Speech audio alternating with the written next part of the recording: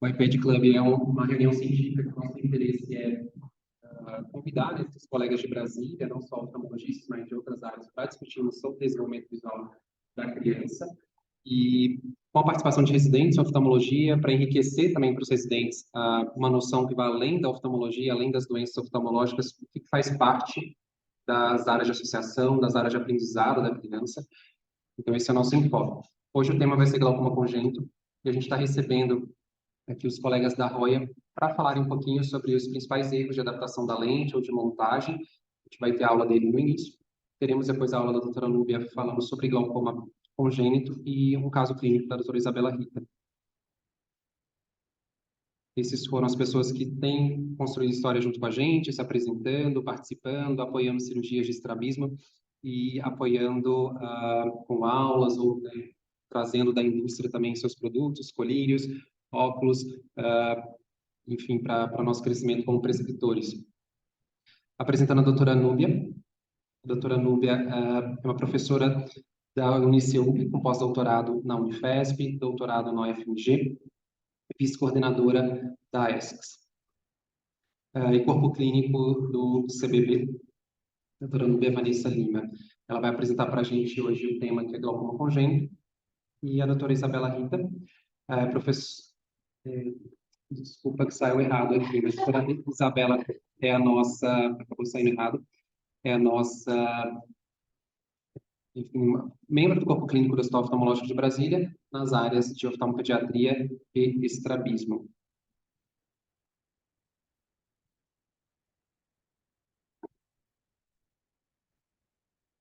Vou passar a palavra para o Charles, que vai falar para a gente um pouquinho sobre, enfim, algumas dicas de adaptação, de montagem das lentes, dos óculos. Pode ficar bem à vontade, Charles. Vamos funcionar aqui, até uma questão aqui da gravação. Vou ficar para cá. Boa noite a todos. Meu nome é Charles, já conheço algumas pessoas aqui, né? O Rodrigo já conhece a longa data. E está ali a Adriana, que realiza essa visitação da área médica. A Roya, nós somos uma empresa que realiza visitação médica e em ótica, né? E também laboratórios. Então, nós temos visitações em Brasília e em Goiânia. Hoje em dia, eu estou atuando aqui no DF e em Goiás também. Quando eu digo Goiás, é todo o estado. E aí tem aquelas pessoas que já visitam o médico e as outras óticas. Isso facilita o nosso trabalho, em caso, por exemplo, de uma não adaptação, alguma coisa relacionada ao nosso produto, então a gente consegue atender uma área maior. Trabalha conosco aqui o Diego e o Leandro e a Adriana. Nós temos um laboratório também aqui em Brasília, regional. A Roya tem 25 laboratórios no país e 2 grandes, inclusive é o maior da América Latina, do Rio de Janeiro, com 16 mil metros quadrados, e outro em São Paulo, que é um dos mais tecnológicos. Então, a gente atua nessa área. E hoje eu queria falar para vocês os 10 principais casos de não adaptação ao óculos. São inúmeros. Naturalmente, a gente separou os 10 mais frequentes para trazer aqui para vocês. E eu vou tentar simplificar, porque cada um vai trazer uma... online, né? No mundo online, a gente agora tem esse smart. Pode ser no caso de monofocais, pode ser no caso de multifocais, e isso é importante trazer essa informação aqui para a oftalmologia, porque quando o paciente sai daqui, então ele vai procurar uma ótica e muitas coisas podem acontecer. Eu não estou aqui de maneira alguma para denegrir ou depreciar qualquer coisa relacionada ao nosso segmento, à ótica, mas trazer uma realidade daquilo que acontece. E às vezes nem sempre a realidade é boa, né? Mas a gente tem que saber lidar com ela. Aí, doutor, coincidentemente, isso. O primeiro caso que a gente tem observado, por isso que eu estou com essa armação aqui na mão, de maneira proposital, que a gente vai falar muito disso. Mas o caso que a gente observa muito, e eu não vou abordar cada situação, cada tema, para a gente não demorar aqui. Aí eu vou fazer assim, eu vou passar o slide aqui. O doutor está ajudando? Isso. Que é o caso dessas armações, que a gente chama de armações gatinhas, né? Ou grandes armações. No caso do progressivo, de uma maneira específica, o multifocal, ou seja, para o presbítero, o campo de longe ele fica nessa parte superior da armação. O campo intermediário no centro e o campo de perto aqui mais embaixo. Essa armação aqui, por exemplo, ela estaria uma armação padrão. A montagem dela não seria ruim. Mas uma armação gatinha, que a gente fala muito, puxadinha, ou aquele modelo de óculos de sol, por exemplo, ou até receituário, que a gente chama armação para receituário, ou seja, armação para lente incolor, né, por exemplo. Ele tem essa característica nessa parte nasal de cortar um pouquinho. Então, a estrutura do multifocal é ali, ó, que ela está localizada de maneira separada em toda a superfície da lente, ela vai fatalmente, nesse tipo de armação, cortar a parte de perto. Toda? Não. Vai ficar aqui uma área razoável para o indivíduo poder olhar para perto, enxergar para perto. Porém, vai ser cortado. Então, alguns casos de clientes que voltam conosco e falam, ó, estou enxergando para longe, estou enxergando intermediário, mas para perto não está legal. Aí, um dos casos que pode acontecer é justamente esse tipo de armação adequado, que a pessoa escolhe naturalmente por uma questão de estética, né? Porque gostou, do preço, por N fatores. Mas aí na hora de fazer o multifocal, de maneira específica, o monofocal, aquela metropia que é para longe, né? Ou para perto, como miopia, uma hipermetropia, um astigmatismo, tudo bem. Mas se a gente vai falar de progressivo, de multifocal, para o presbítero, aí não é legal. E como é que isso é percebido? Depois da venda, infelizmente. Depois de... Mas isso não é uma regra, tá? Eu quero deixar isso bem claro. São coisas que podem acontecer, não necessariamente vão acontecer. Aí, quando o paciente retorna, a gente identifica essa estrutura da armação que não foi bem indicada e a gente sugere, então, a troca da armação. Que é outro assunto também polêmico, que eu vou falar mais à frente acerca da troca, porque envolve muita questão comercial. Por exemplo, o médico identifica isso no consultório, quando o paciente volta. O médico observando ali, a maneira simples, né? Sem muita técnica, ele percebe essa situação. Mas quando o médico sugere a volta à ótica para a troca dessa armação, vai encontrando um obstáculo, que é a questão comercial de devolver aquele produto. Aí é a hora que entra também a indústria da lente. E é isso que a gente também deixa bem claro para as óticas, para os médicos, naturalmente para o oftalmologista, mas para a ótica. Ó, se o paciente voltar, se porventura for uma lente da Roya e tiver algum tipo de situação, ainda que seja a armação, conta conosco para que a pessoa tenha uma adaptação correta e a gente vai trocar a lente. Ah, então vocês vão trocar a lente? Sem custo nenhum? Sim. Ah, aí a pessoa desarma e essa troca é mais fácil. A diferença entre uma ótica e comerciante como balconista e uma ótica por ótica, que orienta adequadamente o paciente, o cliente, na hora da escolha da armação. Então, eu queria falar isso, não posso falar. Eu tenho que me conter. Mas o doutor pode falar. Ainda mais o doutor Rodrigo que já conhece. E é isso mesmo, porque... Tio, vou ser superficial. Mas é verdade, se tem uma ótica que vai encarar a situação de uma maneira, né, fácil para o usuário, ela dá continuidade naquilo. Aí, se for outra, ela resiste. E como resiste? Bom, doutor, você vai ter que me ajudar mesmo, por favor. Passar o slide. Tem. Mais um. A gente não vai ficar vamos mais para as figuras, é aí mesmo. Tá? Caso de DP, né, ou distância pupilar incorreta, que é uma situação... deixa eu pegar aqui no mochila. Porque, para você aferir essa medida, existe um aparelho chamado pupilômetro, né? Que o indivíduo vai utilizar. Adriano, você tem uma escalinha fácil? Por favor, que o profissional de ótica vai aferir através do aparelhinho. Olha ele ali. Né? Mas é possível que o aparelhinho, por exemplo, a polícia prática, assim, existe aqueles aparelhos também de medidas, mas eu, particularmente, isso não é a Roy, sou eu. Eu acho que o profissional de ótica tem que saber aferir através da escala, também. E não necessariamente deixar para essa parte aí mais de maquinário, né, de tecnologia. Então, que tipo de erro que acontece? Que tipo de reclamação? Uma distância pupilar incorreta. Ela é bem típica. O usuário está aqui, o paciente está com óculos, ele fala assim para o médico, né, ou para nós, ou para qualquer coisa. Ele chega a entortar a armação. Entortar, aspas, né, que não é possível. Mas ele fala assim, ó, se eu colocar aqui, doutor, melhor. E o médico fala, meu Deus, mas essa posição, sentido horizontal, tá? Nesse meridiano. Se eu colocar aqui também melhora. Melhora muito. Então, isso é bem flagrante, assim, é bem fácil de se identificar que foi um erro de aferição aí da distância pupilar. Porque essa distância pupilar, você tem que respeitar o centro óptico da lente, naturalmente. e toda a estrutura da lente, principalmente no caso de multifocais. Por exemplo, quando o indivíduo vai fazer apenas um monofocal, só uma miopia, um astigmatismo ou uma hipermetropia, e as pessoas me perguntam, Charles, a gente afere sempre a distância pupilar, essa medida horizontal. E a altura do centro óptico, que eu vou falar logo depois, eu já falo, olha, é melhor você aferir também. Porque como é que você quer posicionar a lente apenas no meridiano? Você também tem que considerar 90 graus. Ah, tá, então beleza. Então você vai centralizar melhor a armação de acordo com a pupila do indivíduo. É só uma questão polêmica que antigamente não era muito falada, hoje em dia já está bem natural. Então, esse erro, aí, o segundo, mais comum, é quando o indivíduo já reporta isso daqui. Ó. Ele quer entortar a armação para enxergar melhor. Aí é bem fácil de se identificar. Aí volta naquilo que o doutor falou e eu também vou reiterar. Se for uma ótica que já tem essa facilidade de, esse know-how, de ter essa tratativa, é mais fácil. Porque se for, por exemplo, uma lente da ROI, estou falando ROI porque eu estou aqui, mas honestamente tem os colegas também. Se for uma lente de qualidade que está no mercado, a empresa vai trocar, se necessário. O que eu queria chamar a atenção é que se o médico solicitar, aí a troca é muito mais rápida e mais fácil.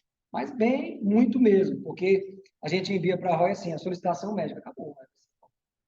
A gente cria uma espécie de filtro, né? Porque senão leva tudo para o lado comercial.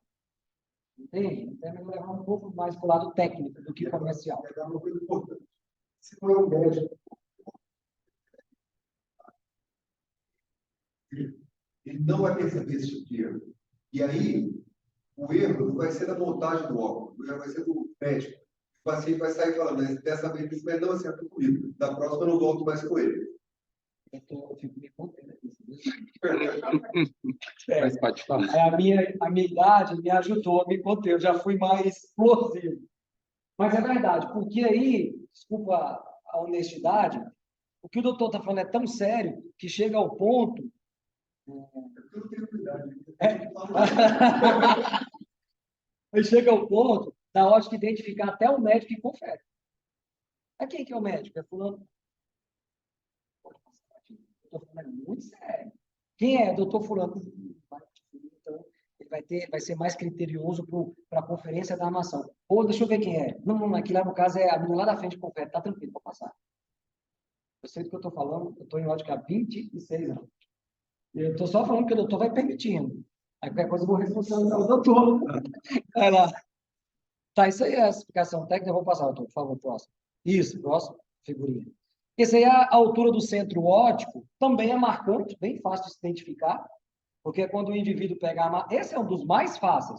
Doutor, eu só enxergo assim, ó. Aí acabou. Já identificou que houve um erro na aferição dessa medida, que é a distância. Ali está bem sinalizado, está bem ilustrado, que é a distância entre a pupila e a parte inferior da armação. Não essa de fora, né? Vale ressaltar. Essa da parte de dentro.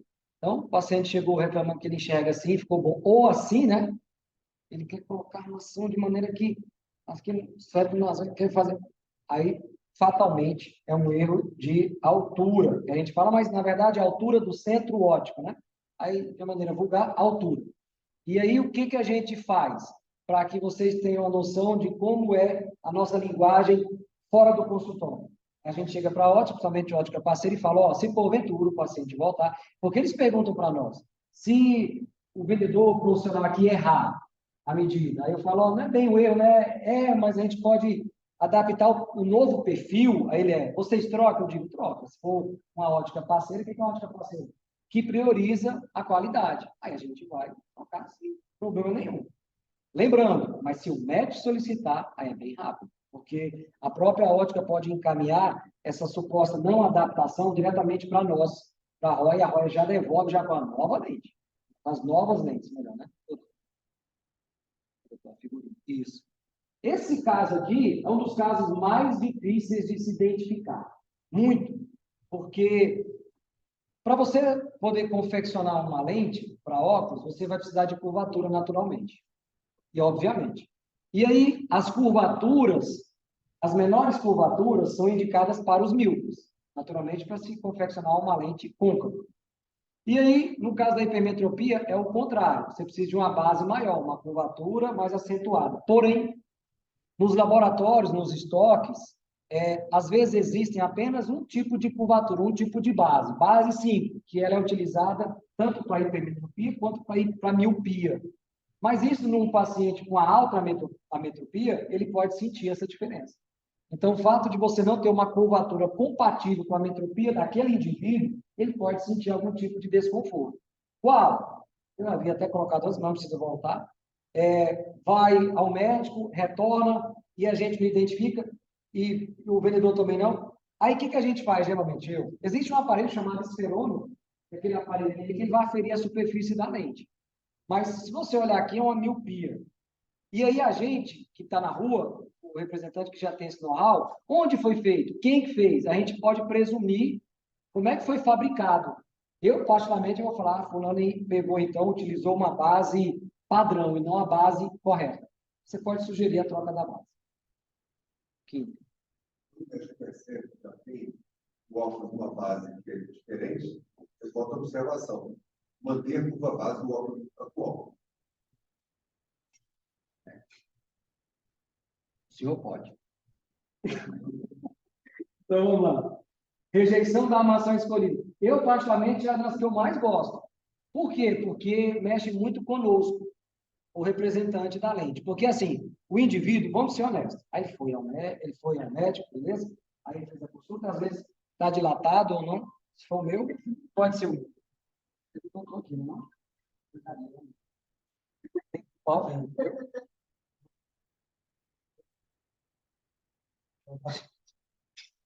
Vamos lá.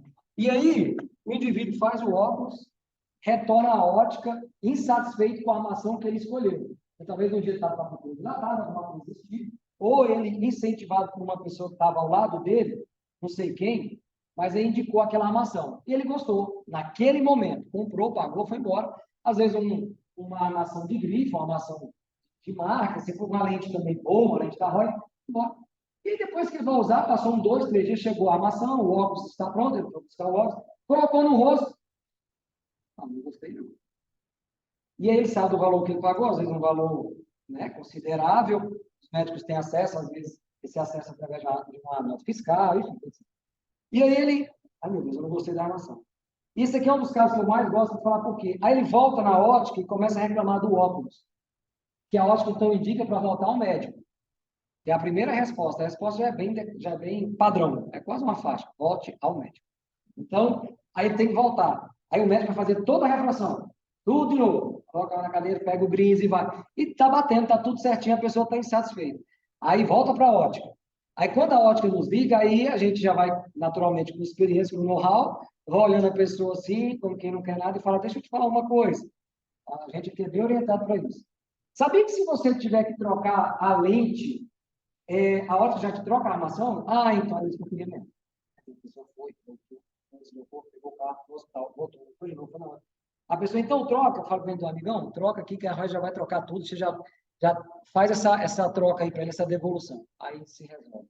Mas até se resolver, aí já responsabilizou a refração, já o sol, a lua, a lente. Sexto, doutor, por favor. Então, esse caso aqui do ajuste, porque as armações, elas vêm com um ajuste padrão, né, de fábrica. E às vezes existem algumas pessoas que precisam que esse ângulo pontoscópico, que é essa inclinação da armação, seja um pouco mais para dentro, né? Um pouco mais aqui levando em consideração a convergência do indivíduo. Mas isso não acontece. E por que não acontece? Porque na hora de entregar o óculos, dependendo do local, essa entrega não vai ser personalizada. Mas eu estou me referindo à entrega, não é à venda. Que eu considero a entrega 50% da venda. Porque vai economizar tempo do oftalmologista no consultório para explicar como é que vai usar o óculos. Então, quando o indivíduo retorna, que vai buscar... vou colocar aqui de leva para o médico para conferir. Não, mas e aí? Às vezes é bom levar em consideração. Às vezes o indivíduo está com essa haste apertando bem aqui no orelha e ele começa a reportar que a lente não está legal, o óculos não está bom. Não é o óculos, não é a lente, não é a refração, é o ajuste aqui, mas não é feito. E aí ele, quando retorna, que voltou para a ótica, aí vai tirar a marcação. Tirou a marcaçãozinha, então tá, pode, vai embora. E aí, com o uso, ele vai sentir esse desconforto. Não sabe o que é, e começa a reportar que o óculos todo está ruim, sendo que poderia... Não, já... a gente tem que se conter para gravar. Mas ele começa a imaginar uma série de coisas, né? E aí, quando a gente chega, era só um anjo. Meu Deus, era só ter pego. Ter levado em consideração que cada um, né, tem um rosto diferente, graças a Deus, para ninguém é igual a ninguém, vai lá. E não é feito. Então, é um caso de não adaptação também que poderia ser resolvido lá na ponta. Certo. Esse aí também é bem flagrante, né? Ainda mais no caso de um astigmatismo mais alto, quando o indivíduo, ainda mais naqueles casos de armações parafusadas ou ball-grife, ou 3 peças, que é aquela que só tem um parafusinho, e de uma maneira engraçada, o astigmata só quer esse tipo de armação. É uma armação que com o uso pode folgar, por isso você tem que saber manusear a armação, que ela pode folgar, é incrível. Aí ele quer aquela armação, folga o parafuso, sai um pouquinho do eixo. Saiu, aí já sente desconforto. E aí é o que eu falo, não, o óculos não presta, não é o óculos, né? Mas não só isso. Na hora da montagem, a lente ela chega redonda, né? Para poder montar na armação. Não chega do tamanho da armação. Tem uma maletinha de volta? Não trouxe. Bem, vou tentar simplificar aqui de algumas formas. Não é mágica não, né? Porque vai sair nenhum coelho hoje daqui não. Eu não trouxe. Mas enfim. A lente ela vem redonda parecendo um pires. E o indivíduo, na hora de encaixar nessa armação, ele vai trabalhar na máquina. Vai trabalhar na máquina, vai desbastar a lente para deixar a lente desse formato. No que ele está trabalhando, ele desbasta um pouco mais a lente do que o normal. E se for um astigmatismo, aí vai sair do eixo. Quando ele coloca a armação, a lente encaixou aqui igual vai sair aqui, ó, aí encaixou essa lente aqui, aí ele viu que não está não tem aquela horizontalidade que precisava. Ele, ai meu Deus do céu, vamos ver se passa. Ele vai pagar a lente. Quem? O montador. Vai pagar para quem? O dono da loja que está pagando o serviço para ele poder montar e encaixar. Aí ele tenta passar, aí passa um pouquinho com o eixo girado. E aí, hoje em dia, as lojas adquiriram tanto know-how que eles já presumem, dependendo do hospital, se vai passar ou não. Vou parar por aqui. Polêmico, o senhor pode... Aí, por isso que é bom, eu não posso. Então, aí aquele paciente que chegou, é um astigmata, e ele enxerga bem assim, que acontece tranquilo, isso é normal, ou assim, aí pode voltar, pode conferir o eixo, levar em consideração a tolerância, não sei, cada um tem uma tolerância, né? 5 graus, 8 graus, dependendo do astigmatismo, enfim, mas é um caso também flagrante. O 8º é a linha de montagem. Esse daqui, todo o óculos, para ser montado, ele deveria ficar no primeiro caso ali, e respeitar essa posição, né, da montagem do óculos, das lentes, porque a lente também no grau, na parte de perto, ela é descentralizada em 2 a 2,5 milímetros para considerar a convergência na parte nasal. Mas aí acontece também no caso de montagem, de precipitação, ou qualquer coisa desse tipo, sem encaixar de uma maneira incorreta. Aí as lentes multifocais, elas podem ser identificadas através da marcação. Mas com o passar do tempo, as pessoas vão aprendendo a tirar a marcação para montar depois e refazer as marcações. E aí, por isso, tem que ficar atento nessa situação. E como é que fica? Pode passar aqui. Aí a gente pode praticar o uso do gabarito de montagem, que é uma identificação que o médico faz infalível, porque é mesmo. Uma vez marcado, olhou contra a luz, tem aquela marquinha d'água, né, que a gente fala. Na lente, marcou ali, você consegue saber se a lente foi montada assim ou não. A refração, naturalmente, né? Mas não é. Já que é uma situação subjetiva, então hoje o paciente pode, né, formar uma dioptria, dependendo do estado, de uma série de fatores, amanhã uma outra, e aí se ele retornar, é um caso de troca, e a gente, que é natural também, e aí a ROI se posiciona assim, ó, caso o oftalmologista precisou, pode ser a partir de 0,25, como eu brinco, 0,12, a ROI vai trocar, porque foi algo identificado ali, algo clínico, vai ter que ser feito. Então, pode contar com isso.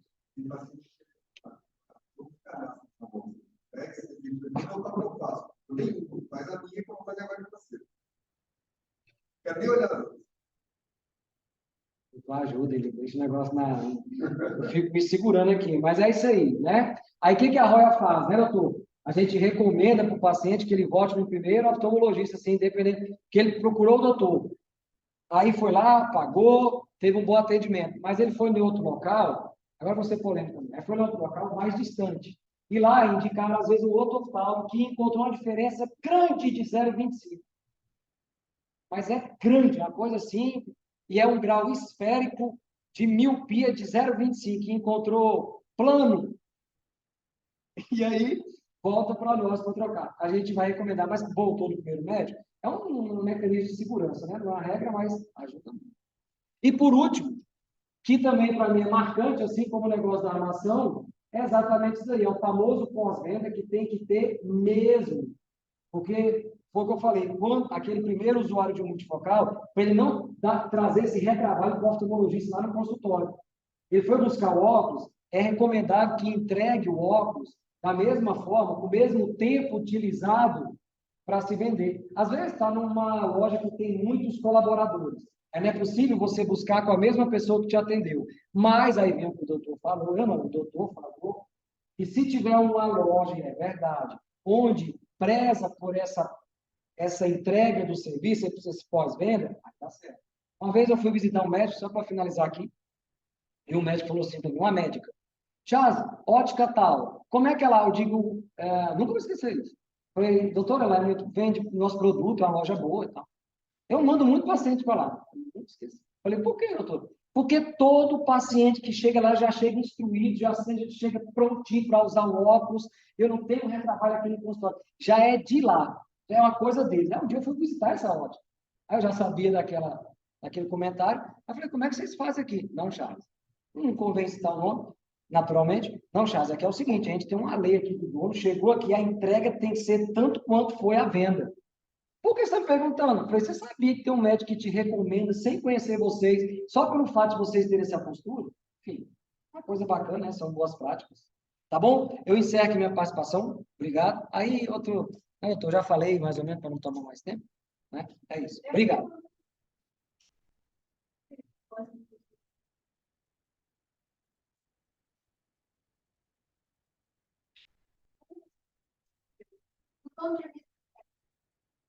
Além de foi confeccionada de uma forma perfeita, qual seria o argumento ou o que eu deveria ter em mente quando eu penso que você disse assim, que pode trocar lente, às vezes até a armação ter uma devolução para ele escolher uma outra, porque meu ponto de vista é tudo ok. Aí ele escolheu lá uma que ele não gostou tanto, aquela adaptação ali estética.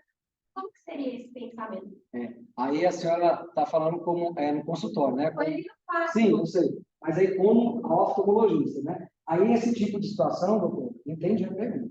Aí ela é realizada e feita e levada em consideração lá na ótica, de maneira comercial.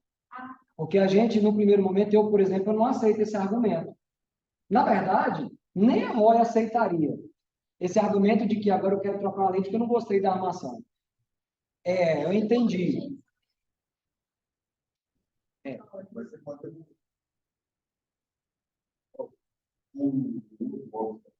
É um prazer. Boa noite a todos, é um prazer.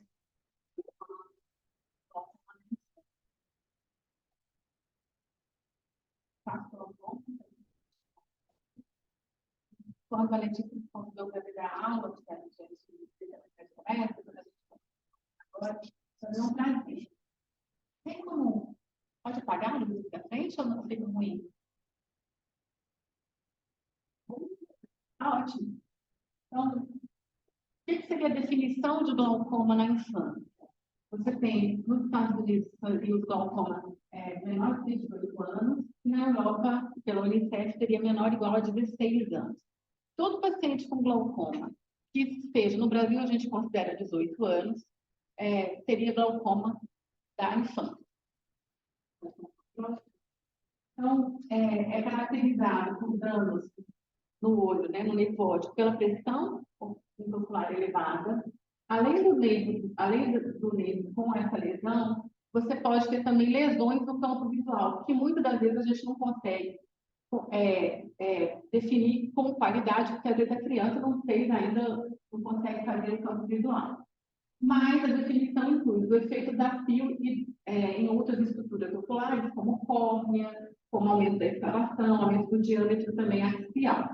Então, quando a gente vê essa tríade, isso a gente quando estuda assim, aumento do diâmetro axial, seja de aumento da escavação, você pensa, opa, a gente está com um paciente com glaucoma da infância. Então, hoje, né, a gente tem a seguinte definição. Como é que a gente vai poder ter uma suspeita de glaucoma?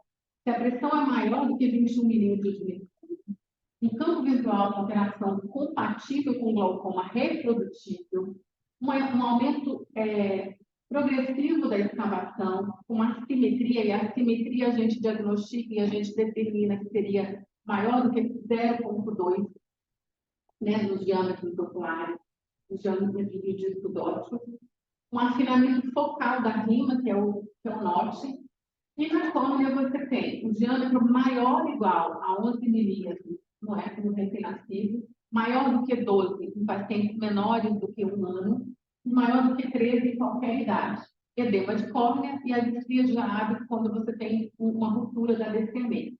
E também associado pelo aumento do diâmetro axial seria uma miopia progressiva, um disco mioma, aumentando aumentar esse diâmetro desse mioma.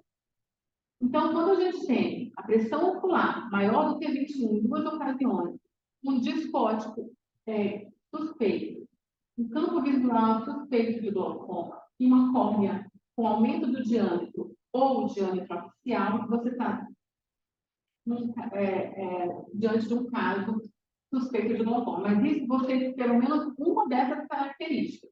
Muitas das vezes você pode ter só uma escavação, ou como você pode ter um diâmetro que é aumentado da idade, pela tabela, uma córnea com aumento do diâmetro. Não necessariamente você tem que ter pressão, córnea e diâmetro. Uma dessas você já está dentro de um caso suspeito de glaucoma. Nos efeitos da pressão ocular no olho infantil, você tem até 3 meses, 3 anos de vida, fibras celulares. Esses celulares são mais maleáveis, são mais elásticos, e você tem um aumento do globo. Você tem uma membrana de DCM endotérico, você tem, na verdade, uma ruptura causando a disforia de hábito, um edema de córnea, às vezes pode ser difuso, às vezes só localizado, um anel escleral, um aumento da escavação. Você tem um disco, ele escava mais rápido e a revecção também pode ocorrer. Então, tem alguns pacientes que às vezes você vê escavação aumentada, você opera e essa escavação, na verdade, volta para o normal. Como assim? Por conta dessa elasticidade. E os olhos com doenças aumentadas, com a doença avançada, você pode ter raiz da índole clavicular degenerado em fino, você pode ter um canal de silêncio que pode ser evidente ou não, um corpo ciliar atrófico, uma zônula degradada, degenerada, e um cristalino às vezes subluxado pelo crescimento, né, exacerbado. E uma escavação total, muitas das vezes. Então, nesse caso aqui, né, a gente tem edema de córnea, um grau grau, e aqui a gente já abre toda descendência de características. Então, o glaucoma na infância, a classificação atual é primário e secundário. A gente não usa mais glaucoma congênito, glaucoma infantil do desenvolvimento, que antigamente a gente falava glaucoma congênito até o desenvolvimento com 1 ano de idade, até com 1 mês de vida era congênito. Depois de 1 mês de vida, até 1 ano, era glaucoma do desenvolvimento. Hoje a gente não fala mais assim. É glaucoma primário e secundário. O secundário ele pode ser adquirido ou não adquirido. Sendo que os sinais celulares, oculares e sistêmicos presentes ao nascimento é que vai determinar se ele é um secundário adquirido ou um secundário não adquirido. Agora a gente vai falar um pouco, né? O primário, ele pode ser congênito primário, quando a criança, na verdade, ao nascimento você já tem edema de córnea, pode ter, na verdade, um aumento do diâmetro axial, levando ao hospital ou não, mas geralmente com edema de córnea, geralmente com aumento do diâmetro corneano.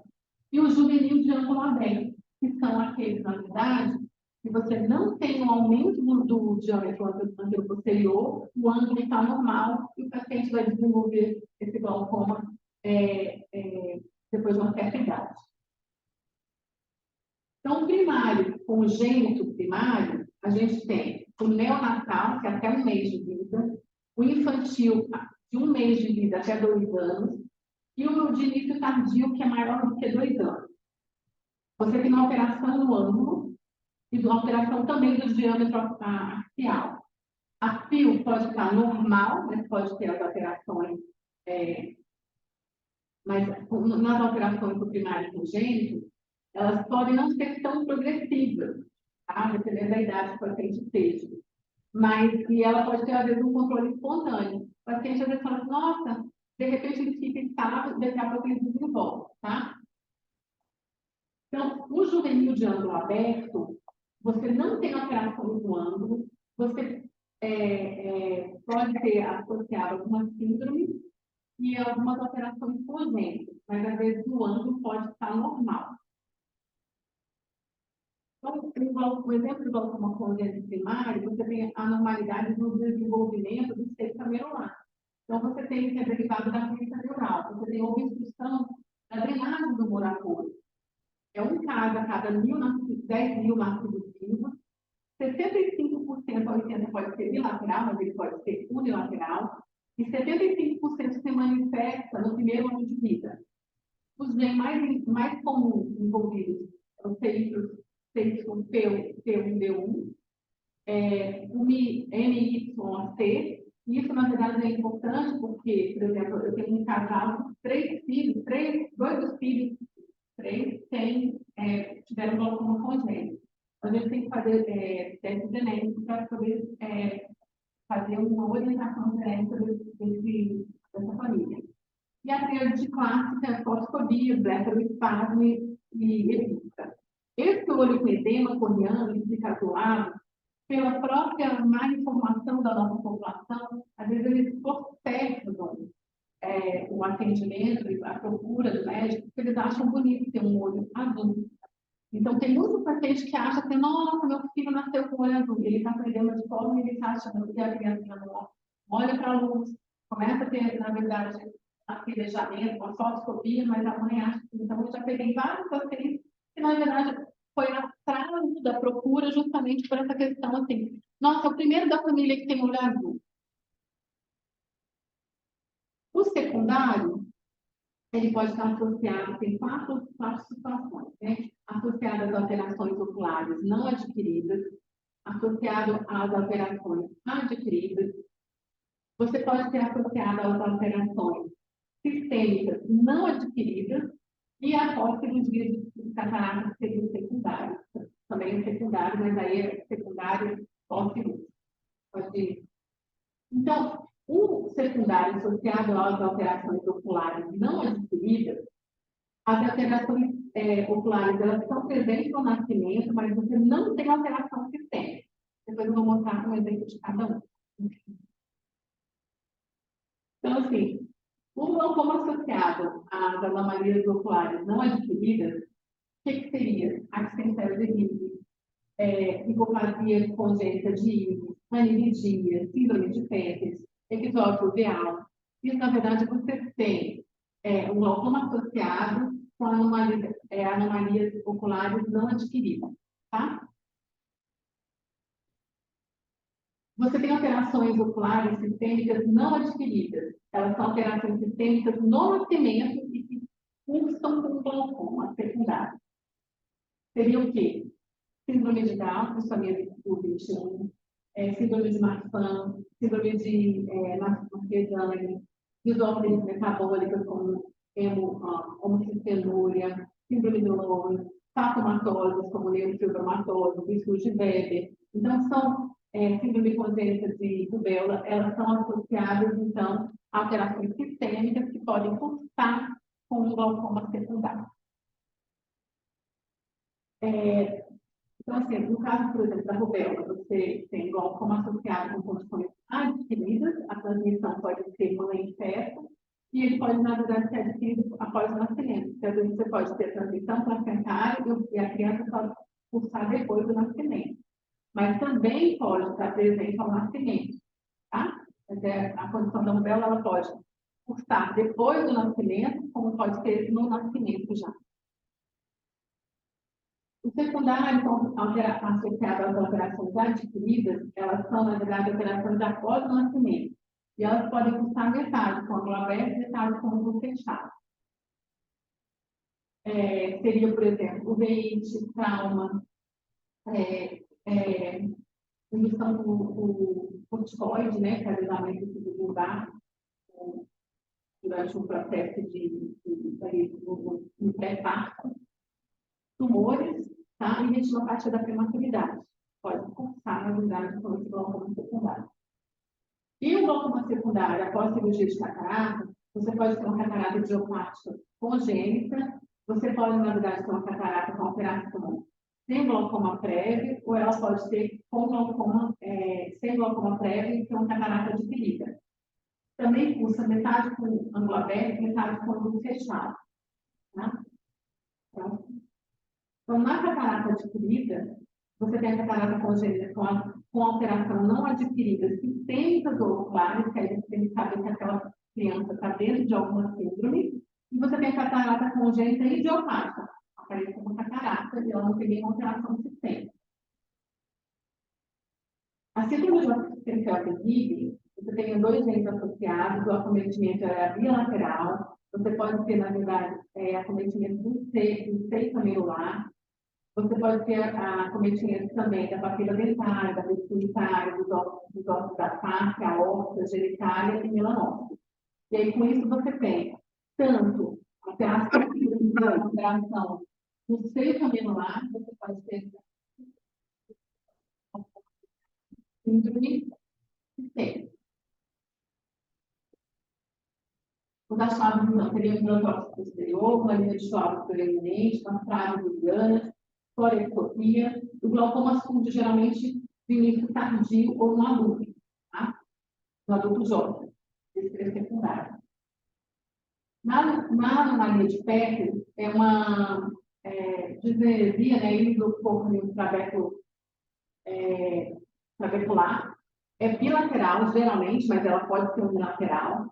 Você tem defeito sistêmico, tem auditivo, de canal coclear, orofacial, cardíaco, geniculinário. Lembrar que quando você tem alteração, uma disgenesia e do córneo trabecular, que seria, na verdade, no crescimento da crista neural, lembrar que essas crianças, lá antes, na verdade, na 12ª semana, entre a 10ª e a 12ª semana de gestação, na embriologia, você tem a formação do olho, formação cardíaca e formação renal. Então, essas crianças, quando a gente leva para o centro cirúrgico, a gente tem que pedir uma investigação.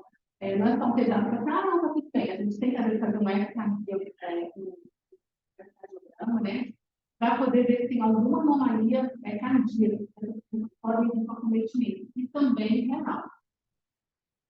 50% desses casos de anomalia de Petri, elas cursam com glaucoma. Um glaucoma, às vezes, que a gente tem que operar, você faz cirurgia de glaucoma, e geralmente esse paciente, como ele tem essa disgenesia, você pode evoluir para um transplante de córnea, porque às vezes a gente tem que depois fazer um transplante, e aí você tem que reintervir, porque depois da cirurgia de transplante você usa muito corticoide, como você tem um trabeculado, não é um trabeculado, na verdade, muito funcionante, esse paciente depois retorna para poder operar, então você tem que avisar para os pais. Você faz a primeira cirurgia de glaucoma para tentar fazer o ângulo trabeculado funcionar, que às vezes você consegue clarear um pouco a córnea, essa criança consegue, na verdade, às vezes ter um crescimento um pouquinho melhor, até para poder fazer um transplante de córnea, você não faz diferente do glaucoma que a gente faz, e às vezes semanas, em dias, na córnea você espera um pouquinho mais. Então, você melhora o aspecto corneano para fazer, às vezes, uma cirurgia de catarata ou de transplante de córnea com catarata, às vezes vem muito, às vezes quando você faz trepando a córnea, vem um cristalino, às vezes ele está colado ali, tem que fazer vitrectomia, então depois você acaba tendo de reintervir o glaucoma. São pacientes que são assim, tem reintervenção em várias vezes. E surge velho, na verdade, você tem esse nervos, né, vindo do corpo, geralmente num hemisfério, na verdade, você consegue ter sempre um hemisfério. Você vem junto meningiomas, meningioangiomas, e hemangiomas e coroide, que é a diacrasia conjuntivais. Não tem predileção de sexo, 1 para 50 mil. são pacientes, na verdade, que a gente tem, na hora da abordagem cirúrgica, a gente tem que tomar muito cuidado, porque você pode ter uma infusão coroidal, assim, que você tem, além dele, você tem esse hemangioma, na hora que você vai fazer isso na esclera, quando você começa a fazer a dissecção da esclera para fazer o flap escleral, tem sangue, assim, sangra muito, demasiadamente. Na hora que você vai fazer uma trabeculotomia, você, na hora que faz, rompe o trabeculado, vem sangue do chileno assim, e aí você tem que estar preparado, você tem que estar com a cirurgia preparada com tudo. Então, muitas das vezes, hoje, com os adventos de outras cirurgias, a gente tem tentado postergar um pouco mais as cirurgias invasivas nesses casos por conta dos problemas que a gente pode ter no operatório. Eu só vou falar aqui uma coisa, antes da gente passar, foi no estudo dele, tem 2 trabalhos mostrando que a gente está usando beta-bloqueador, diminuiria o hemangioma. Então, tem muito pediatra que fala que pode passar o beta-bloqueador, às vezes faz um gel para poder passar para diminuir. Às vezes, eu acho que a criança vai crescendo, ele não vai ficando tão vermelho, ele fica mais violáceo, aí a mãe acha que, na verdade, está diminuindo. Então, o que eu peço é, vamos fazer o seguinte, desenha com a caneta aqui um pedacinho, começa a passar aqui para ver se está diminuindo mesmo, para não ficar passando, porque você tem a absorção, e às vezes você pode ter outro problema, se o paciente já tem um problema cardíaco, você vai piorar. Então, assim, às vezes eu peço. Tem um paciente meu que a mãe disse que não, que melhorou muito. Eu não vi tanta melhor. Mas, assim, como ela fala, e assim, como ele não estava também, assim, eu operei, sabe, Rodrigo? Não sei se foi a cirurgia, e aí, como ela só queria por estética, então eu deixei ela mudar. Mas, assim, o olho, na verdade, o beta-bloqueador não diminui, ele é hemangioma conjuntival, não. Mas se ela queria passar, ela falou, não melhorou. E, assim, é um exame, tem um paciente que você requer muito tempo na hora da consulta, porque vem a mãe, o pai, a avó, todo mundo quer perguntar como é que vai ser essa criança, se ela vai enxergar, se não vai. Então, o exame ambulatorial é um exame, na verdade, que você precisa ter a cuidado visual, com a tabela de médico, o cartão de médico, o pessoal visual evocado, porque às vezes a criança não consegue falar, e, na verdade, às vezes você tem que decidir qual olho que você vai, na verdade, intervir mais precoce do que o outro, porque tem tempo que você consegue fazer a cirurgia, o acompanhamento bilateral, a gente tem, às vezes, que ver qual é o melhor prognóstico, dependendo do paciente, a atividade visual. Potencial visual evocado, muito bom nesse caso, porque às vezes você não tira a subjetividade. Então, ele mais, se você está tendo, na verdade, a condução nervosa, porque muitas das vezes você não tem. Então, você consegue explicar para os pais que aquilo ali eu vou investir no olho. Ah, mas esse aqui não, esse, a gente vai nesse, porque esse aqui não está tendo condução. Porque, por exemplo, um paciente que tem um estudo de Weber, você tem vários hemangiomas, a gente pede ressonância, às vezes você tem assim, metade do cérebro, um hemisfério todinho tomado de hemangioma, e são pacientes que eles podem ter convulsão, eles podem, na verdade, ter hemorragias cerebrais.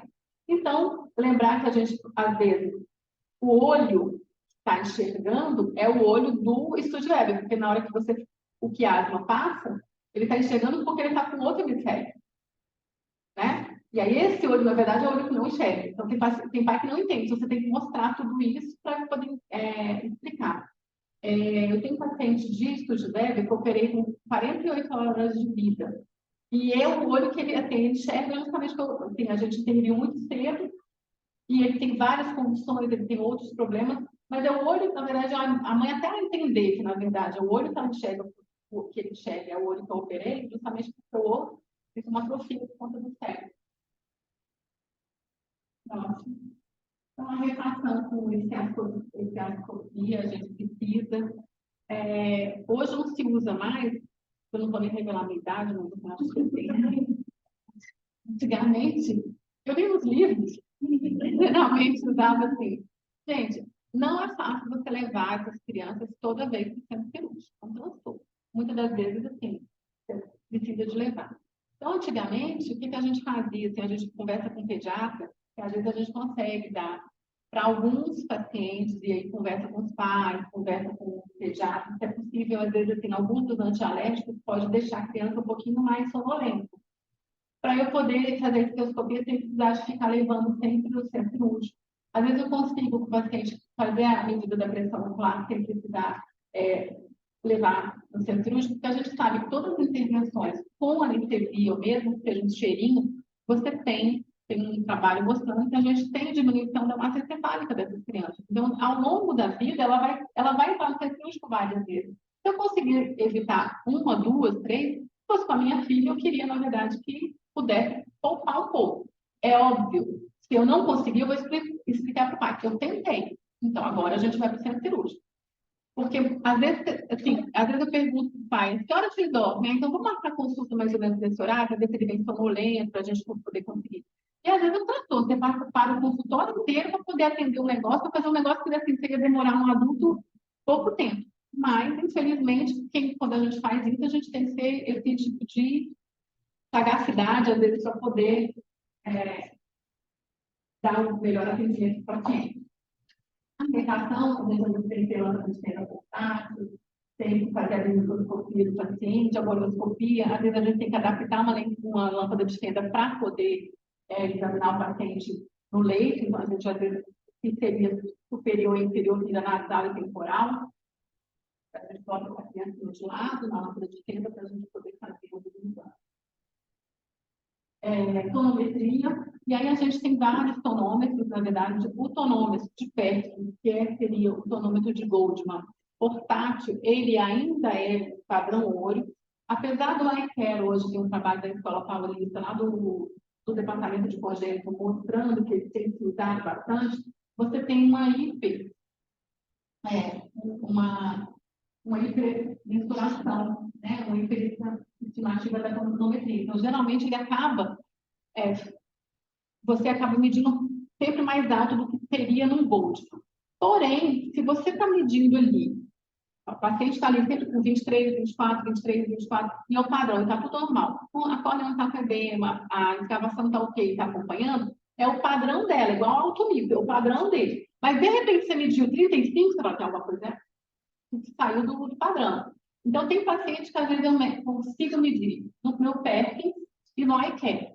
Por quê? Porque aí eu anoto as duas. Porque, por exemplo, vamos supor que ele veio no consultório e foi com outro médico e ele só conseguiu medir com a iCare, ele não tem perto, ele já sabe como é que está o padrão. Para ele não falar assim, nossa, deu mais alto. Já está lá escrito os dois, como é que é, entendeu? Para a gente poder fazer essa medida. O Tonopen, ele foi, na verdade, hoje a gente tem tanto uso do Tonopen, porque ele tem uma variação muito grande, ele é um tonômetro mais para transplante de córnea, por conta que a medida, na verdade, seria para o botão do doador, mas com o advento assim, do iCare, hoje você acaba usando mais ele, o botão seria muito menor na córnea para fazer a medida, sendo que aqui a gente não precisa de anestesiar o paciente. E o Tonopen, você precisa de anestesiar, essa família não existe mais para a gente colocar, e aí se você resolver fazer só a limpeza com álcool, acaba lesando o sensor, então, assim, acaba que o Tonopen não é tão usado. E aí, a fundoscopia, a gente pode fazer tanto, na verdade, direta quanto indireta, tentar, na verdade, fazer um mapeamento de retina naqueles pacientes que permitem. Hoje, também, com o retinógrafo portátil, a gente consegue tirar foto para a gente poder ter um padrão evolutivo desse neivótico dessa retina. Um dos fatores é a biometria. O São Paulese, que é, na verdade, o médico que compêndio, na verdade, de glaucoma congênito até hoje no mundo, que a gente usa de parâmetro, é o São Paulese, mas existiu. Que uma das coisas que a gente tem que fazer no glaucoma congênito é fazer a biometria. Por quê? Porque muitas das vezes a pressão está normal, a escavação está ali, já escavado, mas a escavação está tudo ok. Mas pela elasticidade do tecido, você consegue saber se esse olho está, na verdade, em crescimento por uma pressão, mesmo estando normal, fazendo com que esse olho cresça. Então, a biometria, em muitos dos casos, é o que vai dar um norte para você, para saber se tem que mudar o tratamento ou se tem que intervir cirurgicamente. Pode passar, eu acho que tem que passar várias vezes, porque aí, na verdade, a idade e o exame facial, né, que é adaptado na tabela que tem no portal médico, quando esse paciente, por exemplo, ele tem um acompanhamento de exame facial para dentro da curva que seria normal. Linha de avanço de crescimento, você vai colocando o paciente. Esse paciente azul, você começa a ver que ele vai fugindo da curva e ele está aumentando, na verdade, o exame facial. Então, esse paciente, a gente não tem que esperar, na verdade, né, chegar desse jeito. Aí, se ele começa, já fugiu da curva, você já fala assim, tem alguma coisa acontecendo. A gente não vai esperar chegar até aqui e falar, o olho cresceu demais. Já estava dando sinal para mim antes. Então, a gente tem sempre que fazer essa tabela no seu prontuário e você acompanhando, igual o crescimento de um cartão de desenvolvimento da criança, que está dentro da curva. E o tratamento clínico? Então, das coisas, na verdade, que muitos médicos, na verdade, a gente pega pacientes com glaucoma congênito, com tratamento que você fala assim, calma, não era para dar tudo isso, ou então foi dado aquilo que não era para ser usado. A gente só faz tratamento clínico até você encaminhar o paciente para um centro de referência para poder operar. O tratamento ele é cirúrgico. Porém, esse paciente mora no interior, lá em São Paulo, a gente fala que está periférica da Serra, mas essa periférica está tão grande que eu acho que eu vou ter que tentar outra cidade, Duartina, que é do lado de Bauru. Você mora em Duartina, você vai mandar para Bauru, ou vai mandar para Botucatu ou Ribeirão, mas vai chegar, né? Então, até lá você vai falar, olha, mãe, eu vou prescrever aqui um colírio ou medicação para encaminhar o paciente.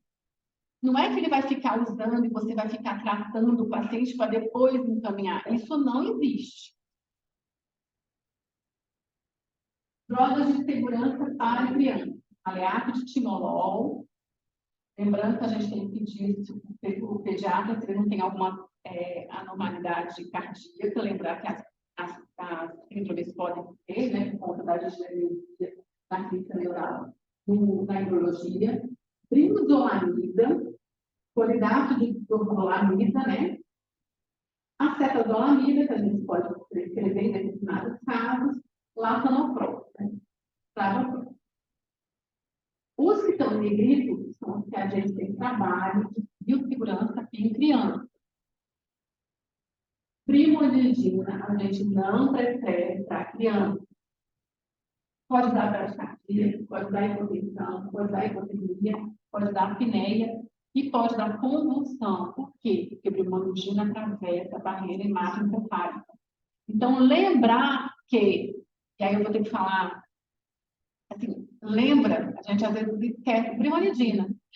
Existem drogas de combinação fixa no mercado. Aí você fala, não, tem esse aqui, entrega para o paciente. Aí o paciente chega para mim e diz, isso aqui não podia estar usando. Lembrar quais são as drogas, os nomes comerciais. Porque às vezes o paciente, vocês entregam assim, a amostra, que às vezes está ali, ou então prescreve uma combinação, mas aquela combinação não podia ser usada, tá? A brinzolamida, no caso, brinzolamida ou brinzolamida, porque a brinzolamida ela é suspensão, na verdade o pH dela é menos ácido do que a dorzolamida, então arde menos no paciente, tá? Incomoda menos. E aí, lembrar que a gente vai prescrever para o paciente até ele ir no centro de referência o quanto antes. Não é para ficar usando acetazolamida 1 ano. Isso não pode, tá? É eventual até o tratamento cirúrgico. Então, o tratamento. Se você tem, na verdade, o básico é que você tem uma córnea, que você tem visibilidade das estruturas do seio camelular, você pode fazer uma goniotomia. Se você tem um FONF, não tem condições, você vai fazer uma trabeculotomia. Tudo depende da escola que você aprendeu. A melhor técnica é aquela que você mais detém. Não está errado quem faz goniotomia e quem faz trabeculotomia. A condição da córnea que vai determinar qual a cirurgia que eu vou fazer. Ah, doutora, mas olha só, a córnea está transparente, mas eu sou mais confiante de fazer uma trabeculotomia do que uma goniotomia. Lembrar que, às vezes, a goniotomia, se você não consegue fazer corretamente, você vai ter que reverter para uma trabeculotomia. Então, tem muitas pessoas que preferem fazer a trabeculotomia. Ambas, você, na verdade, não são cirurgias fistulizantes, você vai abrir um pouco da conjuntiva, e aquela esclera, na verdade, você não vai. Porque tem gente que fala assim, eu fiz a trabeculotomia e não estou vendo bolha. Mas não é bolha, ela não vai ter bolha. Tá? E a outra coisa, se você não sabe fazer uma trabeculotomia ou uma goniotomia, encaminhe para um colega que saiba fazer. Você não pode pular etapas. Por quê? Quando tem gente que faz trotrec, uma trabeculotomia, uma trabeculectomia. Por quê? Porque você fez uma cirurgia fistulizante com recém-nascido. Então, o risco dele ter outras complicações são muitas. Então, assim, se você consegue fazer uma cirurgia angular, que não tem, na verdade, comunicação, você está poupando outras cirurgias no futuro para essa criança. Então, a gente pode usar do bom senso e falar assim, olha, eu não sei, ou então assim, olha, não há técnica que eu mais... Vamos encaminhar para o colega? Eu acho que encaminhar, na verdade, está mostrando para você uma ética muito maior do que eu tentar fazer uma coisa que eu não consigo dominar e fazer. Então, assim, se você trabeculotomia e goniotomia, você pode fazer, né? Você pode fazer 180 na primeira vez, você pode então fazer a trabeculectomia às 12 horas, onde você vai fazer o trabeco direito e o esquerdo. Você pode depois fazer também inferior, ou mesmo temporal, para tentar abrir o seio camelular. É a única condição, na verdade, que eu opero bilateral, porque é uma única anestesia, tem vários trabalhos mostrando o porquê da anestesia, então eu vou fazer, mas eu vou usar 2 caixas, tudo são 2. Então, faço um olho, termino um olho, mudo todo o aparato cirúrgico para poder fazer do outro olho, né? São Paulo fazia assim, o filho dele ainda faz, o Juan.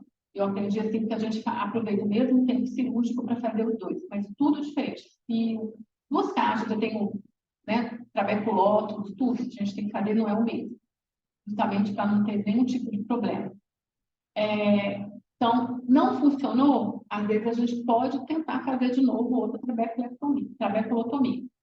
Não está funcionando. Eu vou indicar ou uma trabeculectomia, ou um implante de drenagem, dependendo do caso, ou os procedimentos ciclodestrutivos, que hoje já tem trabalho mostrando que a gente pode fazer os procedimentos ciclodestrutivos para tentar diminuir a produção do humor aquoso até essa criança que tem alguma alteração sistêmica que eu não posso estar fazendo uma outra cirurgia.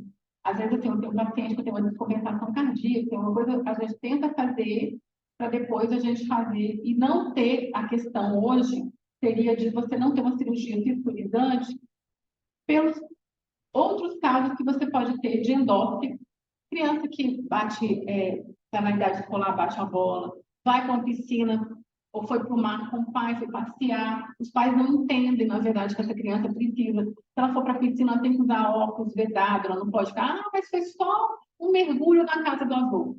E aí você tem uma endófilo, o paciente perde, na verdade, o olho, a visão, e aí, né? Então, isso seria para alguns casos, já tem, na verdade, trabalho mostrando que a gente pode dar um procedimento ciclodestrutivo. Então, as mensagens finais. Então, a gente precisa, paciente acima de 21, pressão, inflamação aumentada com a simetria, as córneas com algumas características, principalmente que seja água ou edema corneano, lembrar dos diâmetros, né? Recém-nascido maior do que 11, até 2 anos, até 1 ano, 12, maior do que 13 para qualquer idade. E o campo visual, a gente nem sempre consegue reproduzir esse campo visual. Por isso que eu falei que o potencial visual evocado, o PDR, na verdade, para a gente poder fazer isso, seria mais factível até para você mostrar para os familiares. E uma miopia progressiva também, por isso é importante a gente faz o exame axial. Então, a gente tem diagnóstico precoce quanto antes, o tratamento, que é cirúrgico, ele só é clínico até a gente ir para um especialista, e a estimulação visual o quanto antes. Não adianta, né, assim. Então, a gente tem uma equipe multidisciplinar, porque às vezes eu faço a cirurgia, encaminho para o oftalmo pediatra para ele fazer o acompanhamento, e é um trabalho que é sempre, na verdade, que às vezes a gente vai precisar de pacientes, às vezes com estimulação da visão subnormal, dependendo do caso. Então, assim, é uma equipe multidisciplinar que a gente vai acabar sempre se comunicando. O oftalmo pediatra é muito importante, às vezes ele fala assim, olha, esse acompanhamento aumentou essa miopia, eu estou precisando. O que foi que aconteceu, Núbia? O que é? Então, às vezes a gente vê, ó, realmente evoluiu, tem que reintervir, tem que mudar, tem que entrar com tratamento. Então, sempre você vai ter que trabalhar com um colega seu que vai estar cuidando. E eu acho assim, quando eu não sei alguma coisa, às vezes vocês podem, olha, vamos fazer o seguinte, você pode fazer um retorno, então espera um pouquinho, às vezes você liga para o colega, ó, posso discutir um caso aqui com você? Então, assim, é muito melhor a gente fazer isso do que a gente tratar o paciente ou não tratar e piorar o que pode estar acontecendo. Por quê? Porque se a gente não tratar corretamente, para cada criança que fica cega, com glaucoma congênito, provavelmente você vai ter um adulto em idade economicamente ativa que vai deixar de trabalhar para cuidar daquela criança ou vai trabalhar só part-time, ele não vai conseguir, né? Eu tenho um caso que me emociona muito, porque assim, foi uma criança que eu operei com 24 horas de vida de nascido, porque a mãe era cega de glaucoma, ela tinha 2 filhos com glaucoma, e essa criança, ela vai hoje no ambulatório, ela tem exatamente 9 anos, e é ela que é os olhos dessa família, ela que carrega a mãe e os irmãos. Então, assim, quanto mais precocemente a gente puder fazer o tratamento correto, a gente está, na verdade, cuidando, né, da primeira causa de cegueira irreversível no mundo, que é o glaucoma, e a gente precisa, porque a gente pode, na verdade, estar dando o nosso melhor e tentando melhorar uma vida de um paciente, né, desse. Então, isso aqui são desenhos de criancinhas com glaucoma, que eles fazem, às vezes, que a gente pode... Até para ver se eles estão, como é que eles estão conseguindo fazer o desenvolvimento neuropsicomotor, a gente vai observando. Às vezes, eu tenho o hábito de peço para a mãe para poder pegar a criança, colo, eu boto no meu computador um desenho, e aí eles vão, né, observando, porque aí você vai vendo se está acompanhando, se não está.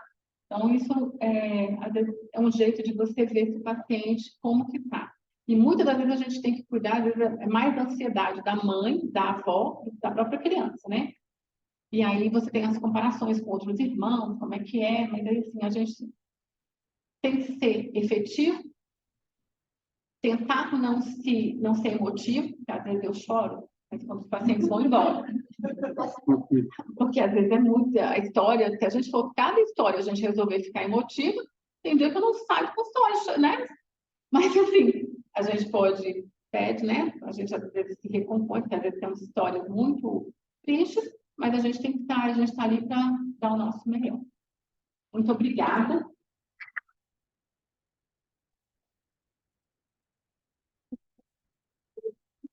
Doutor, qual o método de tratamento?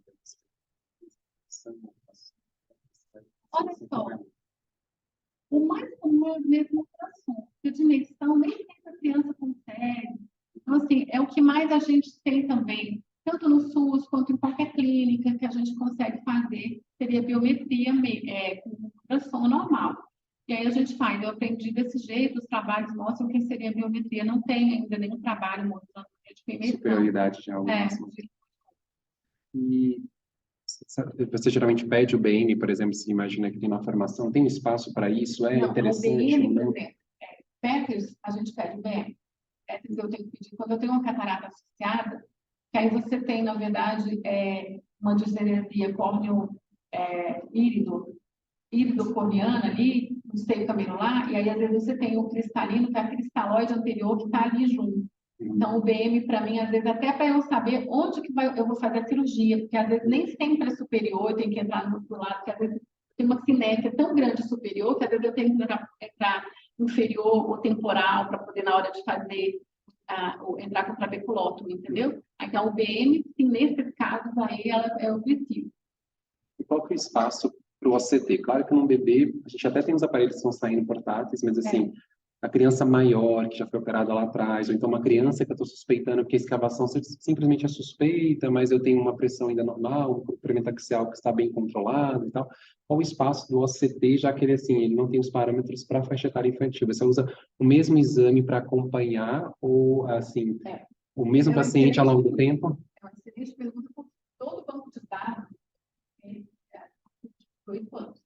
E se a gente for pegar o banco de dados dos OCTs que tem no mercado, a gente não tem nenhuma diversidade de etnias. A gente tem, na verdade, alguns que pegam só as raças caucasianas, não tem um banco de dados com outras raças.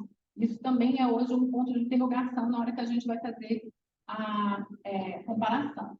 Então, nesse caso, por exemplo, uma criança que até o campo visual também é ruim, porque dependendo da criança, ela não vai conseguir até fazer o campo visual. Mas no OCT ele funciona como um auto-míope. Você vai comparar ele com ele mesmo.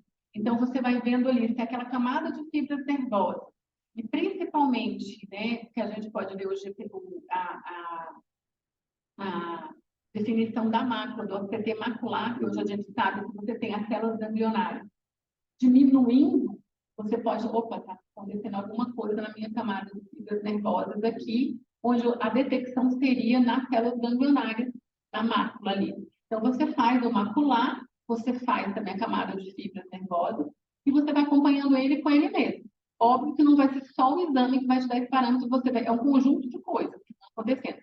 A minha córnea, como está, o meu diâmetro axial, a minha pressão. Então, você vai somando todos os outros exames.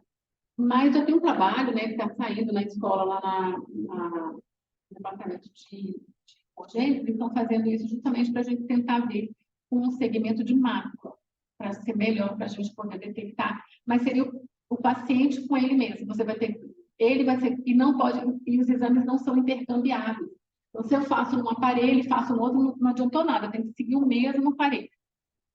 E aí, o que acontece? Às vezes, mas saiu um outro ACT com uma imagem melhor, mudou, você passa tudo zero. Tira tudo aquilo, faz tudo de novo. Que é isso, às vezes, nesses exames mais complexos, que às vezes é preferível você ter o ultrassom, o diâmetro, a pressão e o raciocínio clínico, porque às vezes só embaralha, né? Sim. E uma última pergunta, mas depois eu deixar para o pessoal perguntar também. Qual a dica para o paciente que tem uma escavação suspeita? É uma criança de 4, 5 anos, às vezes no exame, enfim, um exame de rotina, às vezes. Mas a gente começa a ver aquela escavação suspeita e tal. Como é que eu deveria seguir? Eu preciso realmente medir a pio dessa criança? Tento, não tento? Vou acompanhando, faço uma retinografia, faço um infrared, assim, qual a dica? Porque às vezes é o que acontece na prática. E outra coisa que acontece muito também é a anisometropia, que às vezes a gente pega lá de, assim, com 3 aninhos, já tá assim, um olho tá ficando míope, outro não tá míope, mas a princípio não tem vamos dizer assim, uma ectoscopia de glaucoma, realmente não é uma córnea demasiada, não é uma megalocórnea. A gente fica assim, até que ponto é fisiológico? Porque às vezes tem um pai que também tem uma anisometropia, mas ou até que ponto teria diante de um glaucoma? Assim, como seguir para a gente, talvez não ser tão invasivo de fazer todos os exames, mas ter alguma segurança de que a gente não está perdendo? Está por excesso muito eficaz, né? A gente tá, mas também não precisa ser assim, fazer um excesso demais, né? Demais. Vamos lá. 4, 5 anos de escavação suspeita. Eu já sento a mãe ali. Sento a mãe na lâmpada de ferro. Dá licença, posso examinar a senhora, porque às vezes pode ser, porque às vezes está muito parecido. Já, né? Já aproveita que a criança às vezes já está no colo da mãe. Deixa eu examinar também aqui. Porque às vezes eu até falo assim, eu vou examinar a mãe para ver, depois eu vou pegar você. Então, o pai, ou então às vezes a irmã, a gente dá uma olhadinha ali, que geralmente é familiar. Hoje, com os aparelhos portáteis, para a gente fazer retinografia, a gente consegue, às vezes, fazer e deixar aquilo documentado. Ele não vai conseguir fazer um campo, mas a gente pode tentar fazer uma paquimetria para ver como que é a estrutura da córnea. E aí a gente vai acompanhando essa criança. Eu, geralmente, peço exames, que seria uma estereofoto de papila, uma paquimetria, que é o que a criança, né, 4, 5 anos, vai visualizar, e a refração, que aí eu repito para poder ver. Criança que crescer um pouquinho mais, vamos conseguir fazer um campo visual para a gente ter um parâmetro. Com 12 anos, faz o exame. 10 anos, às vezes, dependendo da criança, consegue fazer. Não tem os parâmetros todos, mas já foi ele já conseguiu ver como é que é. Hoje, tem alguns campos visuais, o padrão ouro é Humphrey, mas hoje o ortopo já tem, na verdade, sua importância na literatura, que consegue fazer com 2 minutos, né? Tem até uma estratégia de 1 minuto e 30, então às vezes é muito rápido para a gente tentar estabelecer. E aos poucos tentando seguir, mas eu acho que a retinografia, nesse caso, a medida da paquimetria é importante para a gente ver se essa espessura, né? Mas eu tento medir a pressão. Assim, entrou no meu consultório, eu vou medir a pressão.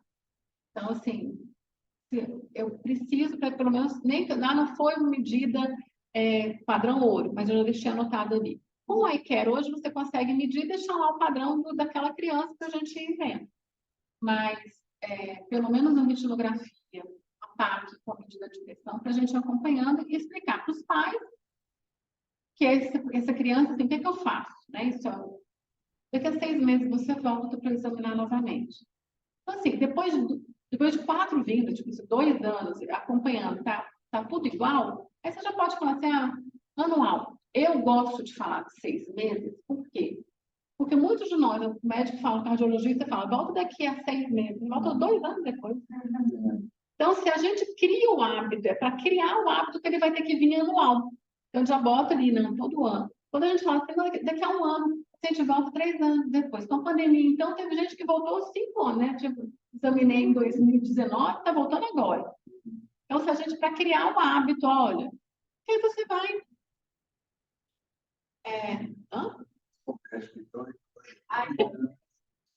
Então, é isso. Aí eu faço isso. Né? Alguma dica para megalocórnia? Que às vezes tem algumas crianças que você acha assim, poxa, essa córnea parece... E assim, a gente tem que suspeitar que poderia ser constitucional ou... Enfim, aquele olho meio grandinho, mas que você faz todos... Você mede a refração é positiva. A megalocórnia, mais ali a gente fica ali na divulgação. Então, você faz o diâmetro, mede o diâmetro corneano, nesse caso, você tem que fazer a propedêutica completa, que você consegue, principalmente o diâmetro axial, para você ir vendo o crescimento. E aí, muitas das vezes, esse você vai ter que pegar por excesso. Mas não tem uma dica, tem a gente que pegar por excesso. Quando criança um pouco mais velha, com escalação suspeita, é interessante ter impressionante. A gente vai fazer uma criança que não permite nenhuma coisa divina que eu veja pressão dela. Uma criança autista, por exemplo. Então, se a gente fosse assim possível, você não consegue. Não, acho que vale a pena para sedar a criança, se for um caso assim, não estima de glaucoma. A escalação deixa dúvida. Se você tem dúvida, você está com a suspeita. Se você está com a suspeita, qual que é a que você acha levando a sua suspeita? Porque a escavação, eu acho que essa escavação é aumentada, ela não deixa examinar direito, você vai conversar com os pais, assim, eu vou entrar no centro cirúrgico fazer uma sedação, agora só que você tem que entrar com a aparato inteiro. Eu, como entro no centro cirúrgico, eu vou entrar para fazer a retinografia, já que ela vai estar sedada, eu meço a pressão, diâmetro corneano, entro com o ultrassom para já fazer o diâmetro axial, tudo, eu já faço tudo junto. E não, agora eu vou ter que fazer a ultrassom no fio, então, entra com tudo, faço mapeamento, tudo. Eu geralmente peço, quando eu vou fazer exame, para a mãe, que eu marco 7 horas da manhã, começa a pingar o colírio para dilatar, já em casa. É ela que vem pingando. O paciente, quando chegar no centro cirúrgico, já está dilatado. Que aí ele entra, na verdade, eu já faço tudo.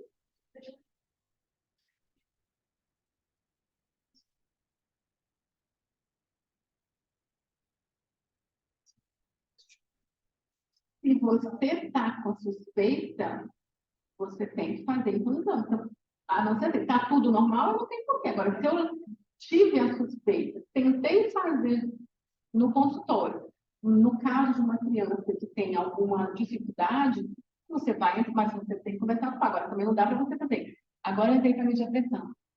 daqui a 2 semanas, então daqui a um mês eu vou entrar de novo. Eu esqueci de fazer a retinografia. Não, entra com o aparato inteiro, faz tudo, documenta tudo. Tá tudo ok? A escavação nem era tão grande, olha, que ele não deixava examinar, e aí você já documentou.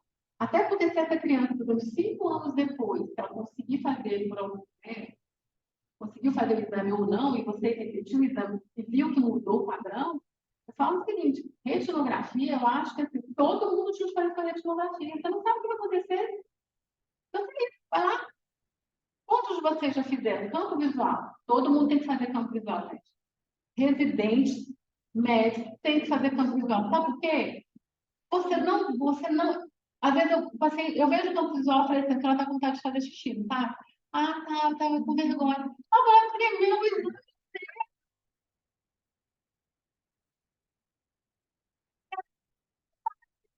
hoje. Aí você já sabe. Viu? Foi uma paciente.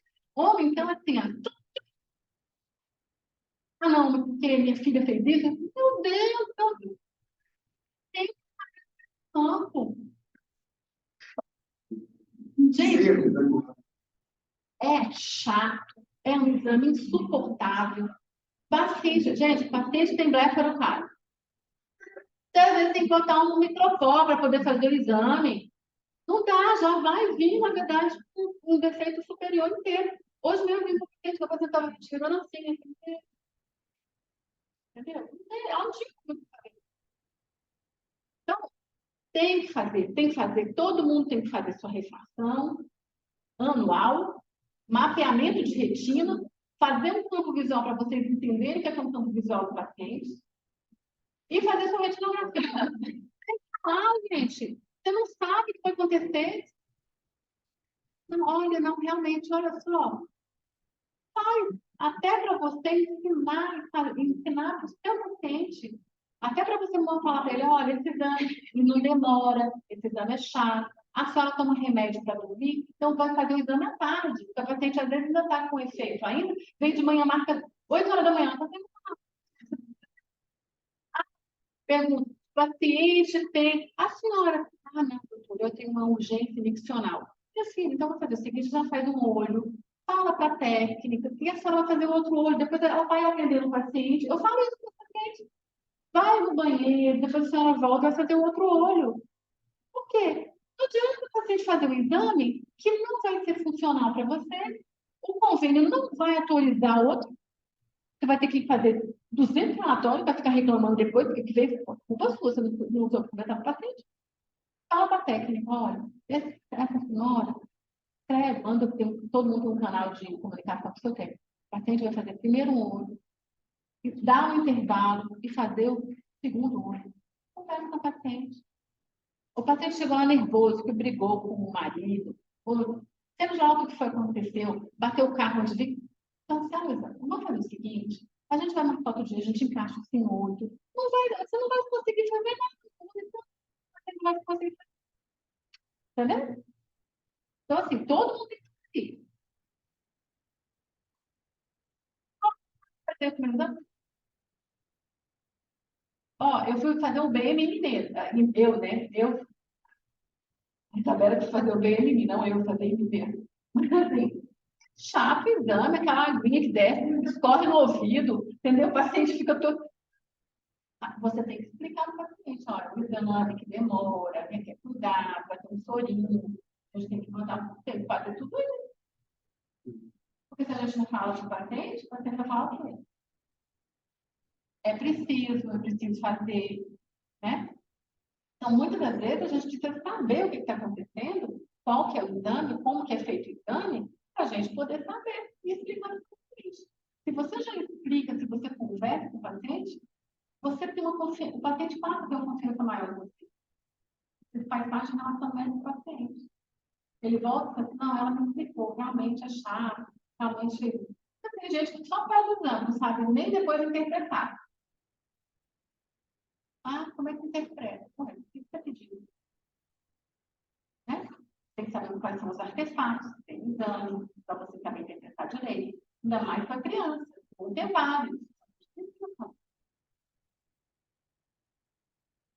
Mais alguma dúvida, pessoal? Doutora, a gente separou um caso clínico que a doutora Isabela vai apresentar. Aí você pode ficar à vontade para fazer alguns comentários depois. Mas é bem rapidinho. Não, pode falar.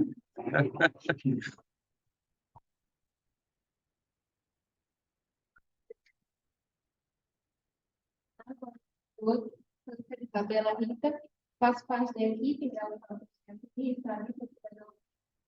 e a gente selecionou esse caso e a gente estudou como glaucoma da infância e como explicar não só nos primeiros anos dele, a mãe chega e quer antecipar um diagnóstico. Mas se você souber destrinchar, pesquisar, conversar bem com a mãe, você consegue fazer 2, 3 diagnósticos.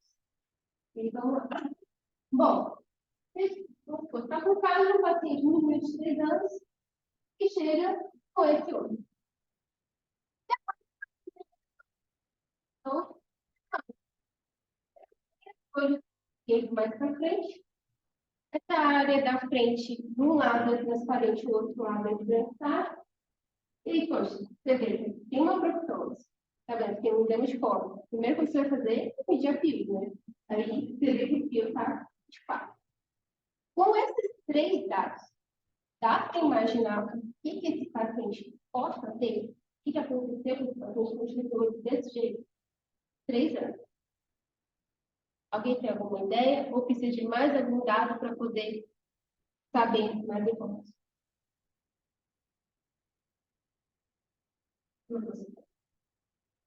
O jogo não dá porque aqui tem opacidade corneana ali que não está ajudando, não. Não, eles ficam.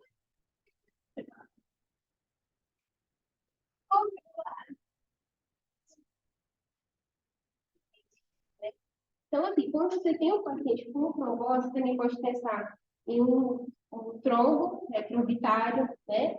O que casa com essas 3 informações também é um infiltrado leucocítico, né? Maneoplasia. Hemanioplasia, e aí casa com essas 3 informações. Mas então, o que eu quero dizer com isso? Vamos ter que investigar. Vamos ter que investigar. Então, vamos abrir. Que primeira coisa que você tem que fazer? Né? Um exame de imagem. Então, a imagem.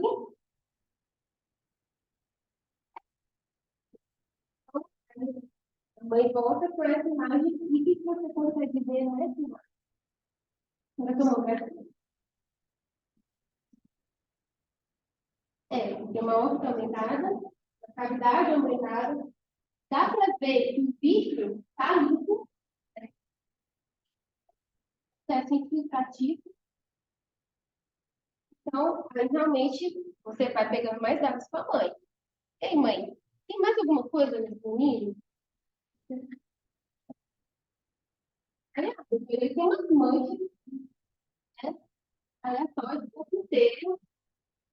Vai ver a face dele, tem uma displasia dentro do face. E uma microscopia multinível. Então, aqui vocês veem um diagnóstico, e aqui, aí a pálpebra, ele tem um neurofibroma. Então, aqui você tem um paciente com neurofibromatosis tipo 1. E aí, então, nesse caso, você vê o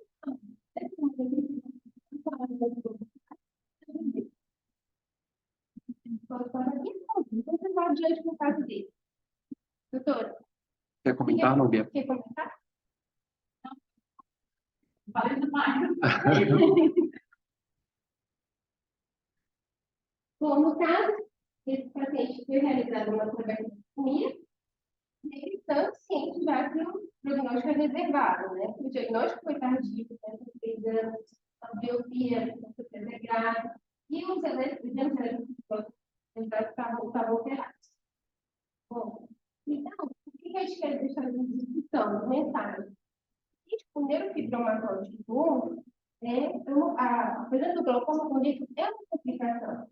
E ela pode ser tanto única ou bilateral. E tem a presença bucal. No caso desse paciente em específico, ele também, além do glaucoma congênito, além do neurofibromatose, ele tem a síndrome de fluido pessoal. E aí é dessa tríade, glaucoma congênito precoce unilateral, presença de neurofibroma na parte superior ipsilateral e a displasia de hemipáfise. Essa é uma síndrome desse pesquisador francês, e ele foi diagnosticado. Essa doença foi descoberta em 1956, e é uma doença autossômica recessiva, é rara. Então, ela tem alguns casos, pode aparecer com displasia ósseas e formações tumorais associadas. Bom, e quando você tem um glaucoma congênito com presença de tem a neurofibromatosis, o principal causa pode acontecer uma infiltração do neurofibroma da lente alva, causando bloqueio ocular. Outras causas também que podem levar ao glaucoma é a malformação, desenvolvimento do glaucoma anterior, anomalias congênitas, distúrbios da pigmentação ocular e fechamento ocular secundário por cinética inferior. Então, não necessariamente são casos bem floridos como esse. Mas, por exemplo, você tem um paciente que já chega para você com neurofibromatose tipo 1, verifica se o paciente tem ectrópio uveal. Então, geralmente, a presença de um ectrópio uveal unilateral, você tem que pensar no glaucoma infantil unilateral. Então, em manejo complexo, por exemplo, nesse caso, o paciente tinha um neurofibroma palpebral, né? Então, assim, não é muito fácil você. E as sociedades tumores palpebrais orbitais, o prognóstico ele é ruim, porque tem o risco de somente retina, glioma com tempo ótimo, mobiopsia grave, com mesometropia, e uma neuropatia ótima glaucomatose. E a conclusão foi que a doutora nos explicou maravilhosamente bem, investigação precoce. E quanto antes você diagnosticar, mais rápido será o tratamento clínico. E é isso.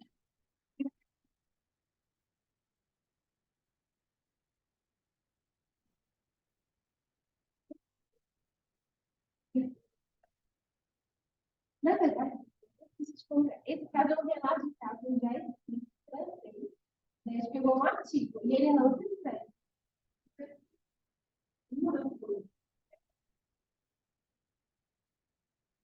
Uma tabeculectomia, você tem que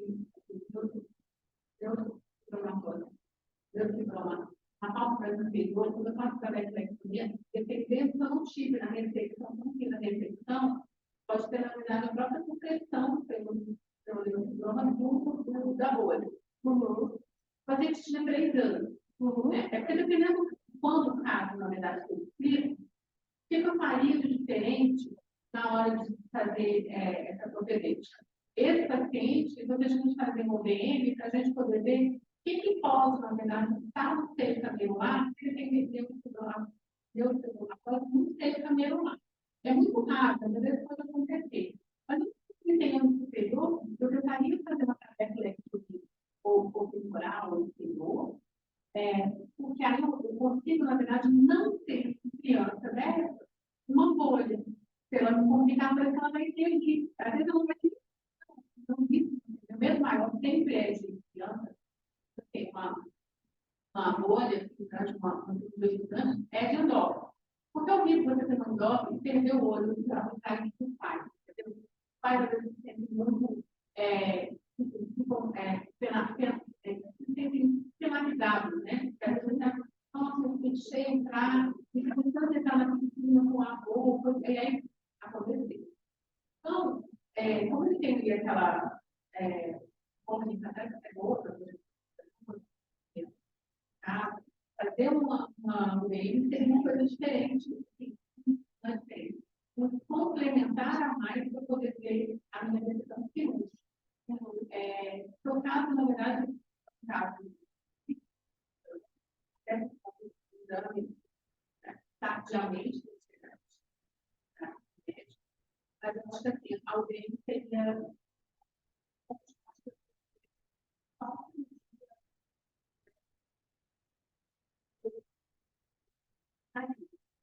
mesmo que eu não tivesse DM, eu tentaria toda vez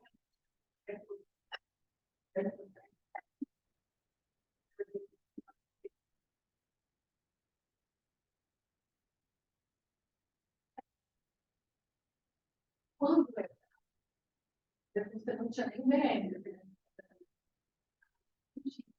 Mas aí, quem não tem DM, não é decisão anterior, e até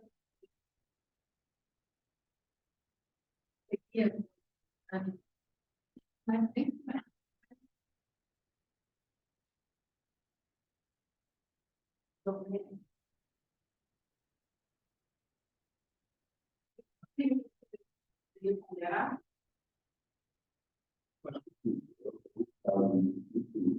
Com certeza, aquela operação artroscópica ali não começou com 3 anos de idade, então a família demorou muito a procurar. O prognóstico desse olho é péssimo.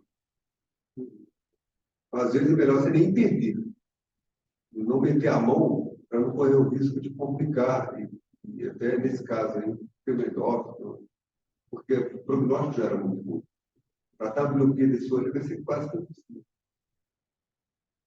Aí você tem que, o médico, se você não pode melhorar, também tente não piorar, né? Então, esse é um princípio básico. Se você está inerte para fazer alguma coisa para melhorar, então não piora, né? Não tenta se sentir Deus em resolver a coisa, não, porque você não é Deus. Tem que saber suas limitações. Mais algum comentário, alguma dúvida, alguma coisa, pessoal?